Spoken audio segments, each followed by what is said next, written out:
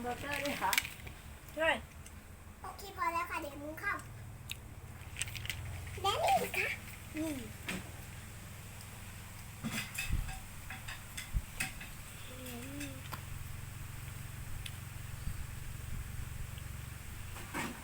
แม่เราเป็นคนทำให้เองค่ะ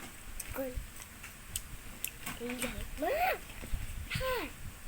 วันไหนอยากกินก็ลองให้พ่อให้แม่ทำให้นะคะ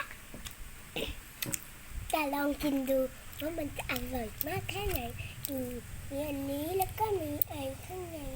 นี่อยู่ด้วยค่ะนี่โอ้เสียงแหบมากแล้วก็มีไอ้นี่ด้วยทุกคนต้องเตรียมอุปกรณ์ทำให้หมดแล้วก็เอาไข่มาปอกเป็นไข่ดาว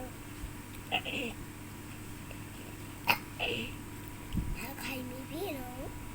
ก็เอาไข่มา2 ใบเอาทุกอันมา2 ใบให้ครบ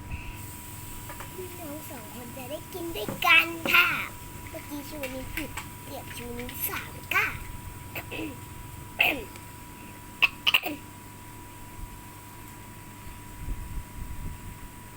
แต่ว่างั้นต้องหายแล้วต้อง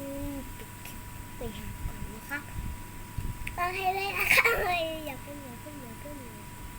เราจะมีอะไรจะถามก็อย่าลืมกดไลค์กดแชร์กดจ้างนี้ด้วยนะคะแล้วอย่าลืมกดกระดิ่ง